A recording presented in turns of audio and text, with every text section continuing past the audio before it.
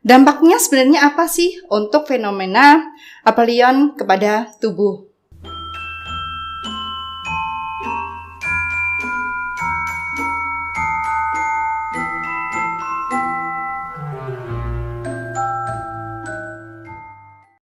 Assalamualaikum warahmatullahi wabarakatuh.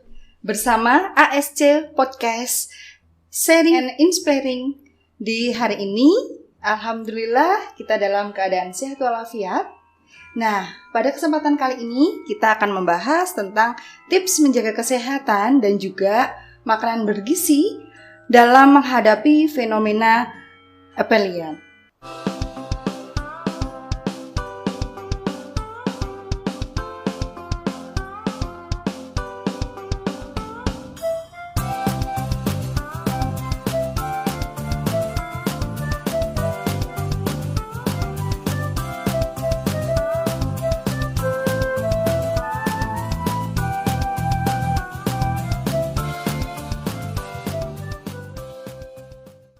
Nah, di sini sebelum kita masuk lebih dalam, kita akan bahas dulu mengenai fenomena apelion ini.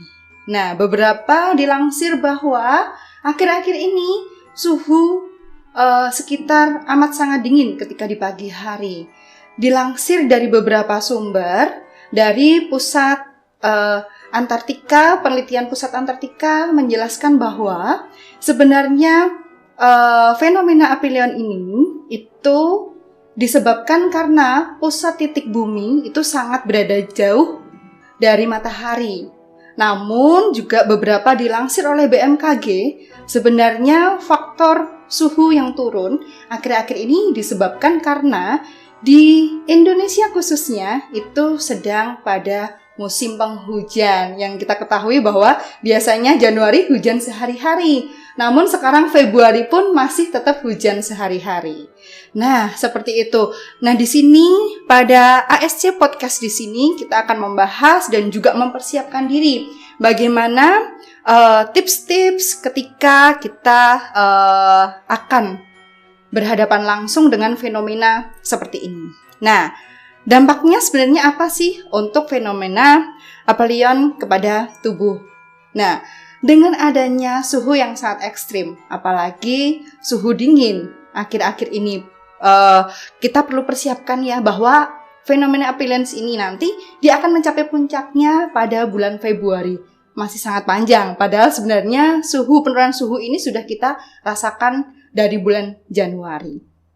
Nah, dampaknya apa ke dalam pada tubuh kita? Dengan suhu yang sangat ekstrim ini, otomatis kita perlu prepare. Perlu prepare terhadap apa? Banyak sekali penyakit yang bahkan juga mengintai anak-anak kita dan juga keluarga kita pastinya. Nah, apalagi nih ditambah dengan virus COVID-19 yang sudah hampir 3 tahun ini masih mengintai untuk negara Indonesia ini. Nah, untuk beberapa dampak fenomena apelion ke dalam tubuh kita apa? Atau suhu yang ekstrim ini bagaimana? Nah, anak-anak dan juga keluarga kita sangatlah rawan terhadap beberapa penyakit, yang salah satunya yaitu influenza. Influenza di sini disebabkan karena virus influenza sendiri, yang mana ini sekarang beda tipis dengan untuk penyakit COVID-19 pastinya, karena beberapa tandanya disertai oleh demam, ada batuk, pilek, bahkan ada menggigil, disertai muntah dan juga pusing kepala hebat. Nah, dan juga di sini ada beberapa penyakit juga yang sangat mengintai untuk anak-anak dan juga keluarga kita, yaitu diare. Nah, diare ketika musim dingin seperti ini atau penurunan suhu. Biasanya anak-anak kita sering terjadi kembung pada perut. Terus juga dirasakan BAB yang berlebih. Maksudnya di sini adalah penyakit diare. Nah, penyakit diare itu dia disebabkan oleh karena virus atau bakteri. Nah, untuk diare tersebut atau diare ini biasanya akan lebih diperparah lagi dengan kondisi-kondisi yang sering hujan seperti ini. Mungkin Bapak dan Ibu semuanya bisa sambil flashback beberapa bulan ini. anak-anaknya sering sakit yang seperti apa. Nah, mungkin kalau ada salah satu sakit yang di bawah ini, perlu deh ekstra menjaga daya tahan tubuh untuk anak dan serta keluarga kita. Nah, berikutnya ada juga penyakit yang mengintai, yaitu adalah demam berdarah atau DBD. Beberapa saat yang lalu, itu dari pemerintah, Dinas Kesehatan Pemerintah Karanganyar juga melansir bahwa angka kejadian DBD di Karanganyar cukup tinggi. Bahkan ada beberapa angka kematian pada anak. Nah, ketika pada saat musim dingin atau musim penghujan, ini sangat bagus sekali untuk vektor ini berkembang biak karena si nyamuk ini sangat suka sekali kepada genangan air tersebut. Nah, maka di sini kita sebagai peran orang tua dan juga lingkungan sekitar wajib saling gotong royong untuk menjaga kebersihan lingkungan. Karena kebersihan lingkungan ini bukan hanya untuk diri kita maupun keluarga kita, namun untuk lingkungan sekitar. Karena menurut penelitian terbaru untuk nyamuk Aedes aegypti yang sekarang itu memiliki daya terbang yang lebih jauh, tuh kan? Tidak hanya seperti pesawat terbang ya yang sekarang ya. Nah, seperti itu. Lalu juga yang mengancam salah satunya yaitu adalah penyakit tipes.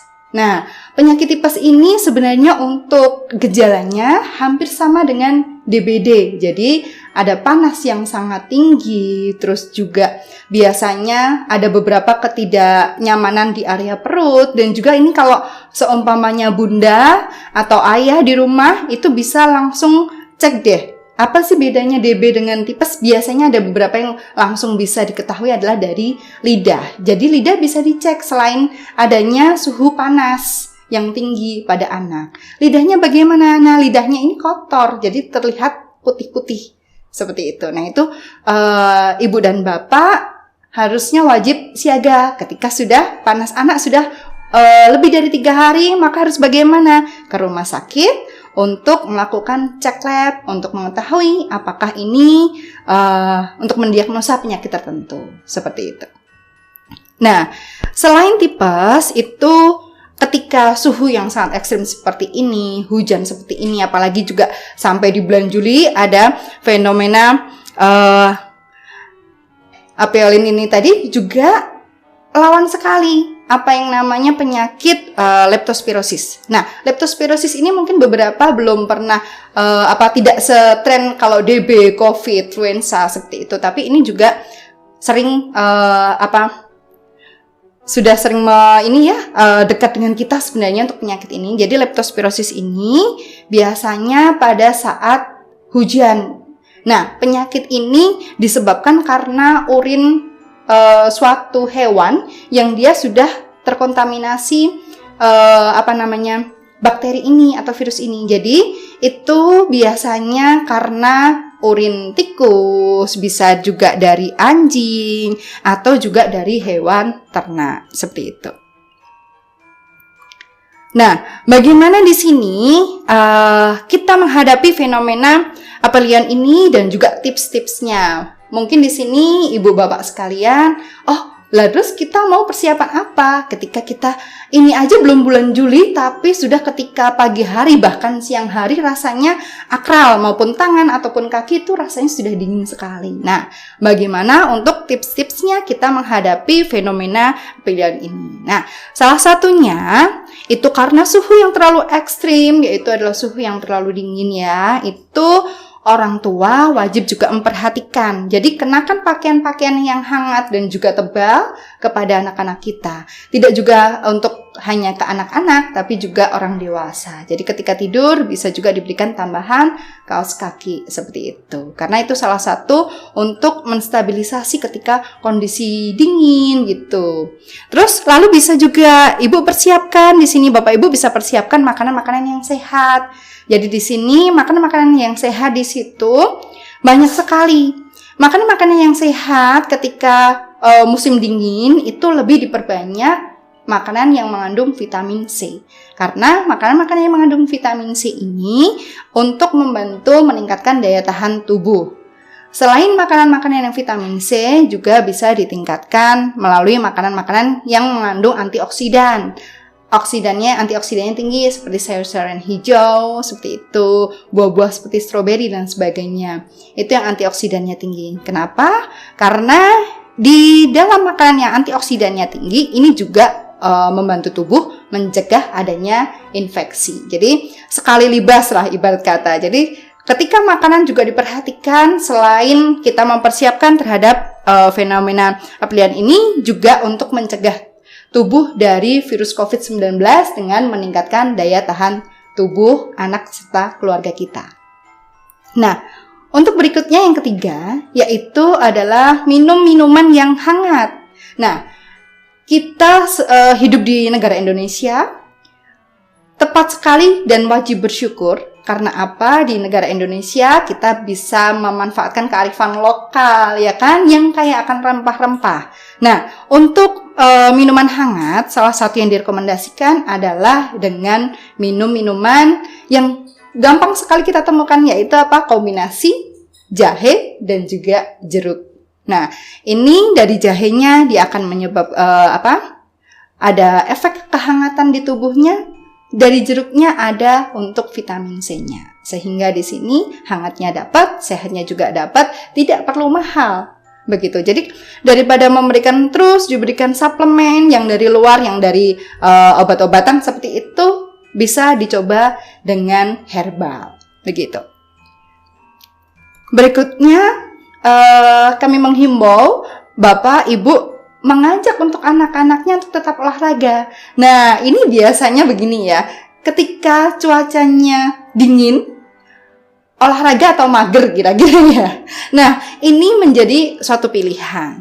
Tapi harapannya tetap melakukan olahraga meskipun suhunya dingin seperti ini. Bapak Ibu boleh melakukan alternatif ketika pagi hari anak-anak sedang sekolah, Bapak Ibunya sedang bekerja, lakukan olahraga di sore hari. Nah, olahraga juga tidak harus pergi di luar, namun bisa melakukan olahraga di dalam rumah. Yang penting ada beberapa keringatnya yang keluar, otomatis kan racun-racun di dalam tubuhnya juga ikut keluar, seperti itu. Dan pastinya akan tetap sehat. Karena ketika kita rutin olahraga, otomatis tubuh pun juga semakin terlatih. Terus racun-racun di dalam tubuh dia ikut keluar dari kulit melalui keringat kita. Begitu. Lalu, yang terakhir untuk tipsnya adalah ketika kita menjelang atau menghadapi fenomena aphelion ini, kan suhunya adalah suhu ekstrim yang dingin ya. Jadi diharapkan Bapak Ibu untuk anak-anaknya bisa nih dimandikan dengan air hangat. Karena untuk juga mengatasi ini ya suhu yang sangat ekstrim, dan juga kami berpesan ketika ada beberapa yang mempunyai kebiasaan mandi terlalu sore atau terlalu malam, nah itu bisa dirubah. Jadi biar tidak ada fenomena ini saja ketika kita sering mandi di malam hari maupun terlalu sore juga membuat tubuh kita kadang tidak fit begitu. Nah, lalu berikutnya, apa yang harus dilakukan ketika terdampak fenomena aphelion ini? Yang pertama, Bapak Ibu perlu juga melakukan atau juga memberikan perhatian khusus terhadap apa? Konsumsi makanan. Konsumsi makanan seperti tadi yang saya bilang adalah lebih banyak yang mengandung vitamin C. Jadi ini fenomena aphelion-nya juga dapat untuk penangkalnya. Virus COVID-19 yang masih mengintai kita tetap masih bisa untuk aman lah dari virus COVID-19. Tapi tetap juga harus prokes ya Bapak Ibu semua. Jadi kalau seperti untuk SD ASC itu salah satunya untuk prokes juga terus diutamakan. Jadi tetap jangan lupa ketika tugas Bapak Ibu, ketika pendampingan anak-anak di rumah, ketika main, anak-anak tetap untuk selalu ayo prokes seperti itu. Jadi prokes di sini tidak hanya dari sekolah saja yang memperhatikan, tapi ketika juga di rumah. Karena kadang kalau di rumah anak-anak ke masjid dan lain sebagainya tetap untuk prokes. Nah, itu tadi. Kita bisa konsumsi makanan dan juga vitamin buah-buahan yang banyak mengandung vitamin C. Apa saja di situ? Nah, boleh jeruk bisa, jambu bisa, apalagi kalau jambu itu vitamin C-nya atau kadar vitamin C-nya 3 kali lipat lebih banyak daripada jeruk. Bukannya itu murah ya. Nah, jadi terjangkau. Jadi kalau semuanya ibu bapak juga bisa memanfaatkan perkarangan rumah ya yang saat ini sedang berbuah apa, seperti kemarin ada mangga dan sebagainya. Nah, itu juga boleh. Jadi yang vitamin C-nya tinggi dan juga itu bisa ibu manfaatkan untuk tetap bisa menjaga daya tahan tubuh anak serta keluarga ibu. Nah, di situ juga ada jambu biji, ada pepaya, ada kiwi, ada stroberi. Nah, tidak perlu harus yang berbayar, maksudnya ada yang beli semua, tidak. Ketika di lingkungan sekitar ada pepaya, oke, itu kita berikan pepaya. Itu juga banyak mengandung vitamin C. Nah, jangan lupa di sini tadi ada beberapa sayuran yang antioksidannya tinggi, yaitu apa? Sayur-sayuran yang berwarna hijau, seperti itu. Jadi, ketika bundanya menyajikan dalam satu piring, nah pastikan di piring tersebut itu piringku isinya adalah ada karbohidratnya, ada proteinnya, ada sayur, ada buah dan juga ada seperti kacang-kacangan dan sebagainya. Nah, buah ini tidak menutup ini ya. Kadang kan anak saya pun juga seperti itu, ada yang susah buah. Bagaimana tipsnya? Nah, kita menyiasatinya dengan memberikan dia buah dalam bentuk berbeda. Maksudnya adalah dari jus atau dengan salad, otomatis kan kadang, oh ini ya berbeda ya. Nah, seperti itu biasanya anak-anak akan lebih suka dalam kemasan yang berbeda.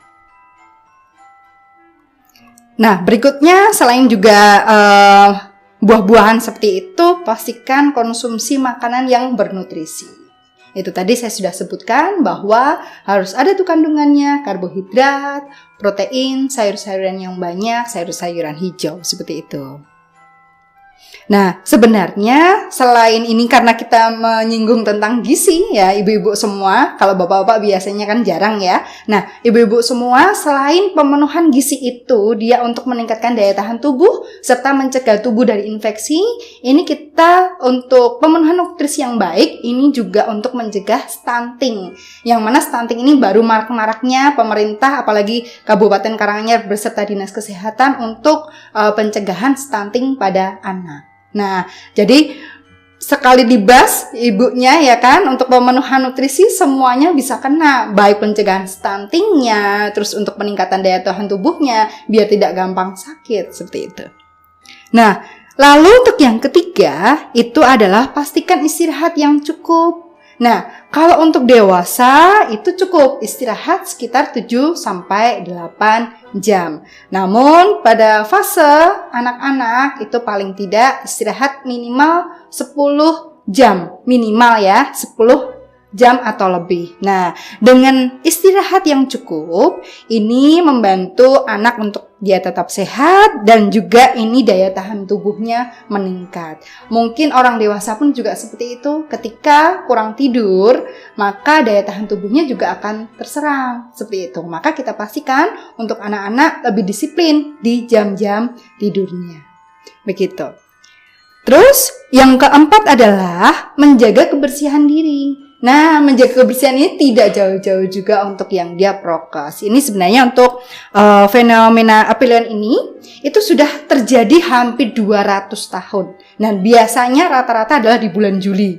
Ya, ini bukan nakut-nakuti atau enggak ya. Jadi fenomenanya seperti itu. Maka kita tetap harus bersiap. Maka dengan adanya ASC podcast ini kita tahu ya ternyata ada fenomena apelian ini. Kan mungkin masyarakat juga apa sih gitu ya, dingin-dingin aja gitu ya. Nah, maka dari itu dengan adanya ASC podcast ini dengan sharingnya kita ini, bunda serta orang tua itu sudah prepare ini menghadapi fenomena appearance ini dan juga bagaimana tips-tipsnya agar bunda-bundanya tetap bisa, karena di rumah itu orang tua atau ibu itu jadi guru, jadi bendahara keuangannya, juga jadi dokternya juga, yang bagaimana ketika anak itu dia sakit tetap orang tua adalah garda depan untuk merawatnya. Nah, tadi kita kembali lagi ke yang nomor 4, yaitu adalah menjaga diri. Menjaga kebersihan diri. Nah, menjaga kebersihan diri yang paling mudah adalah apa? Sering cuci tangan. Tapi cuci tangannya adalah dengan 6 langkah cuci tangan yang benar. Menggunakan sabun, dan juga dengan air yang mengalir. Nah, pastikan sebelum dan sesudah makan itu harus cuci tangan. Sebelum kontak dengan teman atau sesudah kontak kita bertemu dengan teman-teman dan sebagainya, tetap kita cuci tangan. Nah, pastikan juga kita di fenomena apelians ini jaga diri, jaga kesehatan, apalagi jangan sampai diperberat dengan adanya virus COVID-19. Nah, tetap prokes dan jangan lupa cuci tangan. Selalu jangan lupa cuci tangan, tetap gizi dari keluarga juga harus dipersiapkan dengan baik. Nah, mungkin itu dulu dari saya. Terima kasih atas kesempatan yang diberikan kepada saya untuk bisa sharing kepada ibu bapak sekalian. Semoga bermanfaat, tetap prokes, sehat selalu. ASC Podcast, Sharing and Inspiring. Terima kasih. Billahi taufiq hidayah. Wassalamualaikum warahmatullahi wabarakatuh.